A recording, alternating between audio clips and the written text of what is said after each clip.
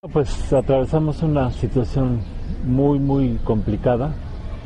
La guerra sigue, esta guerra que pues se le ha dado en llamar la guerra de Calderón, pero desde mi punto de vista es la guerra de Washington porque fue recetada por la DEA en octubre del año 2010 y lo que hizo Calderón pues fue dar rienda suelta a sus instintos y a las sugerencias que le dieron de Estados Unidos. La cuestión es que la guerra sigue, hay que estar claros en que pues para la industria bélica de Estados Unidos pues es un gran negocio porque el 70% de las armas son de Estados Unidos. Por otro lado, la economía pues sigue en crisis y en estos primeros 6 meses de Peña Nieto pues todavía se ha ahondado más esta crisis. Este gobierno no ha dado ningún resultado en ningún aspecto. Ahora Peña Nieto ha anunciado que espera una inversión extranjera por $40,000 millones y eso es para que se le pongan uno los pelos de punta, porque quiere decir pues que va a seguir rematando el país. Los diputados aprobaron ya una reforma al artículo 27 por la cual es posible la venta de playas y de la franja fronteriza mexicana, cosa que es inaceptable y anticonstitucional, pero los diputados han cambiado. La Constitución ahora está en manos del Senado, hay una gran oposición a esta medida. Peña Nieto, después de una brutal represión el 1 de diciembre, al día siguiente, el 2 de diciembre, apoyado por el PAN y el PRD, da a conocer su pacto por México, que yo le llamo pacto anti-México. Y bueno, en este pacto lo que pretende es crear grandes oportunidades para las corporaciones extranjeras, con una serie de reformas que ya comenzó, por ejemplo, la reforma educativa, que es todas anticonstitucionales. En la reforma educativa lo que pretende es que los padres de familia pagan por el mantenimiento. Hay una fórmula que emplean que le llaman autonomía de gestión, por medio del cual pues las cuotas que ya son tradicionales ahora van a ser mayores y obligatorias, bajo la idea de que los padres tienen que responsabilizarse de la autonomía de las escuelas. Y esto viola la Constitución porque en el artículo 3 muy claramente señala que toda la educación que imparte el Estado será gratuita. Además, pretenden con estas pruebas que le quieren hacer a los maestros de evaluación, pues despedir a cientos de miles de maestros, quieren desmantelar el movimiento magisterial democrático. Entonces esta reforma educativa es totalmente en contra de los intereses del pueblo y del magisterio. Han aprobado una reforma en telecomunicaciones que en lugar de abrir las puertas para que haya acceso a los medios por parte de las comunidades culturales, universitarias, artísticas y las poblaciones, los campesinos, cooperativas, etcétera, en lugar de eso pues todo va en beneficio de los grandes monopolios. Le permiten a Slim pues intervenir en televisión y a Azcárraga y Salinas en telefonía. Es decir, es una ley que les abre las puertas a los monopolios. Lo más grave es que permiten 100% de inversión extranjera en telecomunicaciones y esto pues es un gran peligro. El día de mañana pues las grandes corporaciones norteamericanas y otros países van a estar en el mercado de las telecomunicaciones en México. ¿Qué les dirías a los que dicen que tu concepto es viejo, anticuado, de un soberanismo, de un nacionalismo ya anacrónico, en un mundo interconectado, global, donde se supone que la modernización nos tiene que llevar a beneficios, ¿no? Y que hay gente que se opone a esa modernización y que lo que tú dices se opone a esa modernización? Bueno, lo central es que el pueblo en una nación pues tenga bienestar. Creo que todo gobierno lo que debe buscar es el bienestar de la población y un desarrollo centrado en el ser humano. Con todas las riquezas que hay en México, México es un país, ha sido primer lugar en plata, tiene oro, litio, es un país que tiene 36 millones de hectáreas agrícolas disponibles, solamente se explotan 18.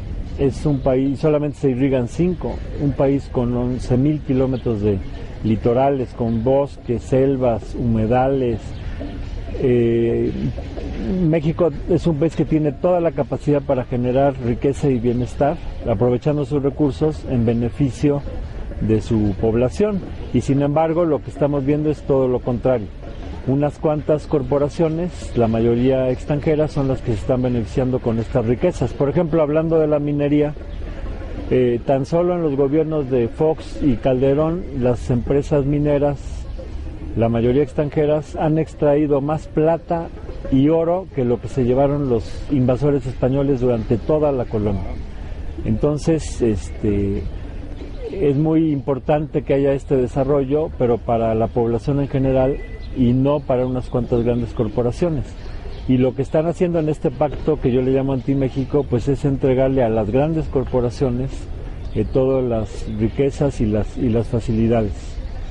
Por ejemplo, se hace una reforma financiera, una reforma bancaria, en la que nos anuncian que pues van a haber más créditos para los negocios pequeños y medianos, pero en realidad, si estudiamos las disposiciones que toman, más bien la tirada es hacer mucho más fácil el embargo y quitarle sus bienes a los deudores que no han cumplido, para que las grandes corporaciones financieras pues puedan despojar a miles de pequeños propietarios.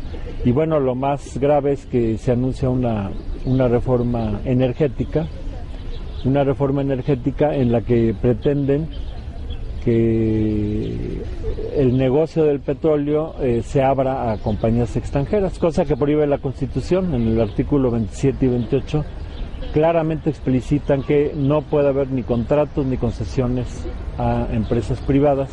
¿Por qué? Porque los energéticos son estratégicos. El petróleo es estratégico y debe ser monopolio de la nación. Hay cuestiones que tú no puedes soltar, por ejemplo, las llaves de tu casa, pues no vas a sacar copias y andarlas repartiendo. O sea, hay cuestiones que tú tienes que controlar, o las llaves del coche. El control de los energéticos por parte de la nación es fundamental, por eso la Constitución lo determina así.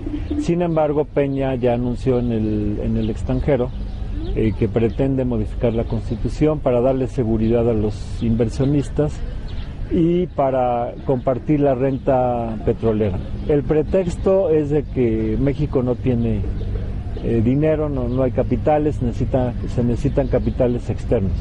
Esto es absolutamente falso. Tan solo en el año pasado se guardaron en las reservas más de 20,000 millones de dólares. Las reservas el año pasado eran de 144,000 millones de dólares, ahora son de 166,000 millones de dólares. O sea, son 22,000 millones de dólares que fueron a guardar a las reservas. Como todos sabemos, ya ahí no las pueden tocar y pues benefician la estabilidad del dólar, pero no benefician a México. Pero dicen que no hay dinero. El año pasado le dieron al Fondo Monetario Internacional, en el mes de abril, 14,400 millones de dólares, y al Banco Interamericano de Desarrollo 4,400 millones de dólares, que para ayudar al rescate de Europa. Luego en junio le dieron otros 10,000 millones de dólares al Fondo Monetario Internacional, el gobierno de Calderón, con aprobación del Congreso, pero dicen que no hay dinero. Pemex gana cada año 1,250,000,000 y un billón de los mexicanos, que es 1,000,000 de millones de pesos, 1,250,000 pesos, pero dicen que no hay dinero. Nada más de impuestos le quitan como 60,000 millones de dólares al año a Pemex, pero dicen que no hay dinero. Es absurdo decir que no hay dinero. Evaden, por ejemplo, los empresarios, esto lo dijo Carstens en el 2008 y Calderón. Ese año dijeron que habían evadido los empresarios 800,000 millones de pesos. Y de devolución de impuestos, en el 2010 devolvieron más de 1 billón de pesos a los empresarios, pero dicen que no hay dinero. Es más, Calderón dedicó $10,000 millones para la construcción de una refinería en Tula en el 2008, y es el tiempo en que ni siquiera han terminado la barda perimetral y no han empezado las obras de la refinería. Oye, Pablo, ¿dónde quedó el nacionalismo mexicano sano? ¿Dónde quedó la izquierda mexicana? ¿Dónde quedó ese México? Bueno, actualmente, desde luego los gobernantes están al servicio del extranjero, exactamente como estuvieron López de Santana o Porfirio Díaz o los virreyes españoles en su momento. Creo que estamos viviendo un neocolonialismo, y el gobierno del PRIAN, este bipartidismo en el que pues se turnan el poder pero siguen la misma línea que les dicta el gran capital, están al servicio del extranjero. El sistema de partidos pues también ha sido diseñado con este fin, y en el momento lo que está surgiendo es otra organización, Morena, el Movimiento de Regeneración Nacional, que por ejemplo es la única que se opone al pacto anti-México, es la única que se ha movilizado y está llamando una gran movilización el 8 de septiembre en el Zócalo en contra de la privatización del petróleo. Y bueno, esta organización pues está ya realizando asambleas en cada uno de los 2.500 municipios del país para formar un partido político que busca el rescate de nuestra soberanía. Pero bueno, además de Morena, hay cientos de organizaciones sociales, de organizaciones de ONGs, en fin, hay todo un gran movimiento en defensa de la soberanía, que no está institucionalizado, pero sí es muy fuerte, y en cada lugar se expresa según la problemática. Puede ser en contra de una mina, porque actualmente las mineras se están apoderando de amplios territorios, están explotando a cielo abierto para llevarse el oro y la plata, dejan una gran contaminación del agua y del subsuelo. En fin, hay movimientos contra las mineras, hay movimientos contra las presas, hay movimientos, por ejemplo en Oaxaca, hay todo un proyecto para generar la energía eólica en la que se han apoderado de las tierras comunales.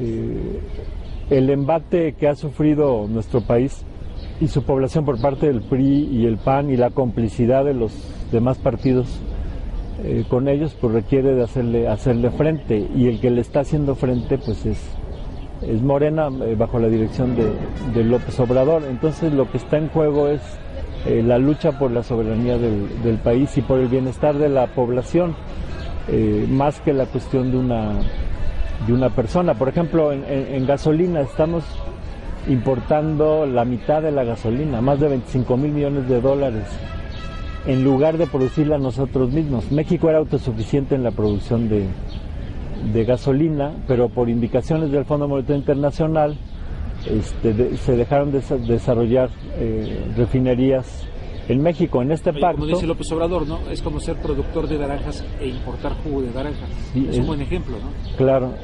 En Petroquímico estamos importando $5,000 millones cuando nosotros podemos producirlo y exportarlo. Entonces, en el pacto, en los compromisos del 54 al 60, pues ya se prepara la privatización del petróleo, no de Pemex lo van a dejar como empresa estatal, pero el negocio del petróleo lo quieren privatizar, y en el compromiso 57 hablan explícitamente de abrir la petroquímica a capitales extranjeros. Por eso Calderón no terminó la refinería en Tula, porque estos gobiernos vendidos quieren que el negocio sea para los extranjeros, no para México. Entonces, paso a paso, este pacto que hizo aprobar Peña el 2 de diciembre, pues lo que hace es fortalecer a las grandes corporaciones, hasta en cuestiones que parecieran muy buenas, como becas a madres solteras o a desempleados, ancianos, etcétera. Todo este dinero lo van a manejar la banca privada, que en México el 90% es extranjera, el 90% de los activos bancarios. Entonces toda esa masa de dinero lo van a financiar los bancos extranjeros. Entonces este proyecto de Peña es el proyecto de las corporaciones extranjeras, y nosotros necesitamos y estamos desarrollando un proyecto para México donde las riquezas sirvan para el desarrollo de cada uno de los municipios, de los estados, de las regiones, de la nación, y el centro de la actividad del gobierno pues sea promover el desarrollo. Lo que estamos sufriendo desde que caímos en el neoliberalismo y en este control de los organismos financieros internacionales para saquearnos es en el desmantelamiento de la nación y no en la construcción.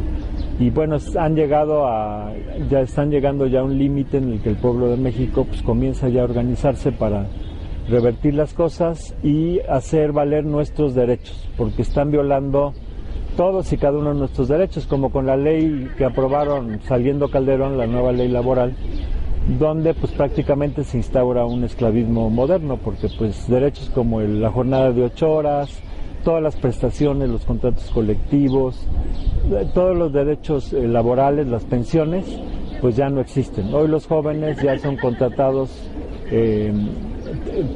con empleos temporales, donde los despiden cuando se les da la gana, sin un horario y con sueldos de hambre.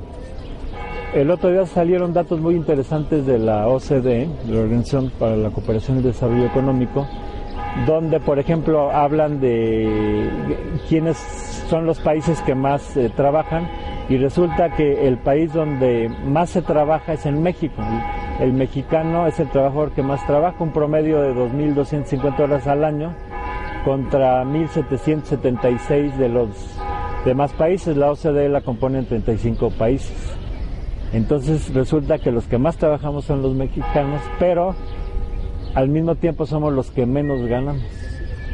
Ahora que escucho las campanas, me imagino que son de la iglesia de aquí, ¿no? Estas son campanas de iglesia.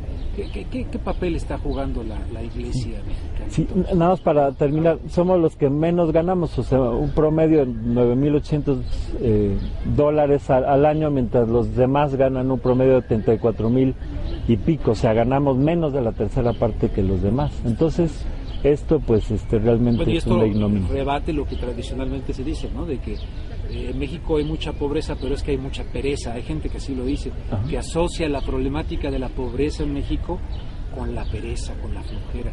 Y acá sí, estos datos rebaten eso, ¿no? Sí, también salió un estudio en el 2011 de la misma OCDE de los 3 pueblos más trabajadores del mundo, y resulta que son los japoneses, los coreanos y los mexicanos. Entonces eso de que el mexicano no trabaja, pues es un invento, ¿no?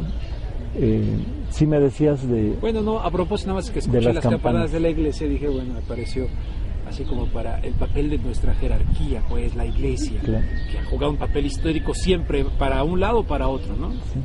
Bueno, nada más aclaro que esas campanadas eran un llamado a la independencia. Yo creo que el espíritu de Hidalgo fue el que tocó esas campanas.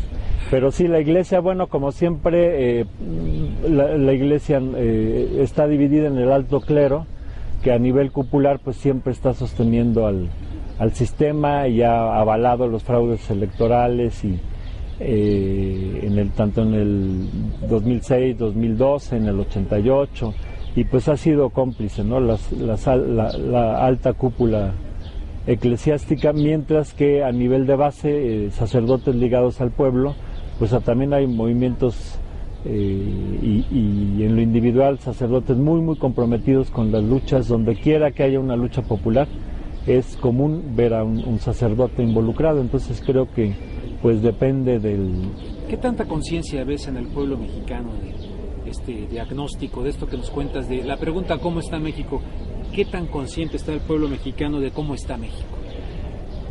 Yo creo que el pueblo mexicano está muy golpeado, muy noqueado, muy aturdido, y más con el papel que están jugando los medios, yo le llamo medios de desinformación.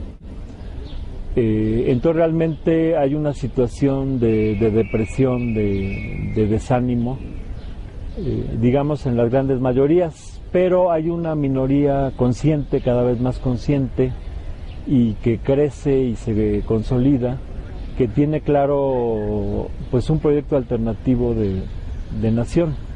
y dado que la situación está llegando a un límite, me parece que estos afanes organizativos y esta labor por concientizar a la población de esa minoría pues van a prosperar y van a tener mucho éxito. De momento la situación pues es muy negativa, todo va en retroceso, la violencia, lejos de lo que tratan de aparentar, de que ya cambió, al cambiar el gobierno y al irse Calderón, pues ya la situación de la violencia ha minorado, pues desgraciadamente no es cierto, la situación sigue escalando, ¿no? Entonces sí hay una situación muy difícil para el pueblo de México. Estamos en una época muy oscura y pues hay que hacer mucho trabajo para levantarnos, ¿no? ¿Tienes alguna opinión sobre esta reforma migratoria que se está planteando en el Congreso norteamericano? Pues creo que el proyecto actual es el proyecto del neocolonialismo. O sea, quieren que México sea una colonia donde las riquezas sean para estas corporaciones extranjeras y el trabajo, pues instaurar un neoesclavismo. Y en este esquema, pues todo lo que se ha hecho con los migrantes mexicanos, pues es convertirlos en modernos esclavos, porque con el pretexto de que no tienen papeles se les criminaliza y pierden todo derecho. En esta reforma migratoria, bueno, la militarización de la frontera y toda la vigilancia que están implementando con aviones no tripulados, helicópteros, va a haber, si mal no recuerdo, 40,000 guardias fronterizos, en fin. Todo esto pues me recuerda al muro de Berlín, como atinadamente lo posteaste hace unos días. El asesinato de mexicanos por la Guardia Fronteriza en Estados Unidos y en México. Todo esto me habla a mí de este neoesclavismo. Y esta reforma migratoria, bueno, pues eso de que tarden 10 años en darle los papeles al trabajador, y durante esos 10 años el trabajador va a estar perfectamente controlado, pues me parece un paso más hacia el control, el sometimiento de los trabajadores y no a legalizar su situación. Creo que todo ser humano es legal, todo ser humano tiene derecho a trabajar, y así como han abierto las fronteras para las mercancías, para los capitales, pues también deben de abrirse para los seres humanos, y lo que estamos viendo es al revés, no se están abriendo las fronteras, se están cerrando, y el control contra los migrantes pues se está estrechando. Creo que es un paso regresivo. Como dije al principio, me parece que la situación actual es regresiva en todos los aspectos. ¿Sigues viendo la anexión militar de México hacia los Estados Unidos? Se está implementando ya con Calderón, pues ya entró abiertamente en su oficina binacional de inteligencia a operar aquí en México. Creo que fue muy escandalosa la forma en que se dio, y entonces cuando vino Obama se dio un matiz, ¿no?, en el que aparentemente pues ya el control militar de Estados Unidos en México va a ser más indirecto, pero el fondo es el mismo. México en este momento pues forma parte de los planes militares estratégicos de Estados Unidos, y con el gobierno que tenemos pues le hace el juego a todas las acciones del gobierno de Estados Unidos. Por ejemplo, ahorita con este evento ignominioso de impedir el tránsito del avión en el que iba el presidente de Bolivia, Evo Morales, pues casi 100 países han protestado o van a protestar, y dentro de esas voces de protestas pues no se ve a la mexicana, cuando pues fue un acto sin precedentes que viola todas las convenciones y tratados internacionales y la ley internacional. Sin embargo, el gobierno mexicano pues se calla la boca. Entonces sí vemos un gobierno sometido en todos los aspectos a los designios de Washington y también en lo militar.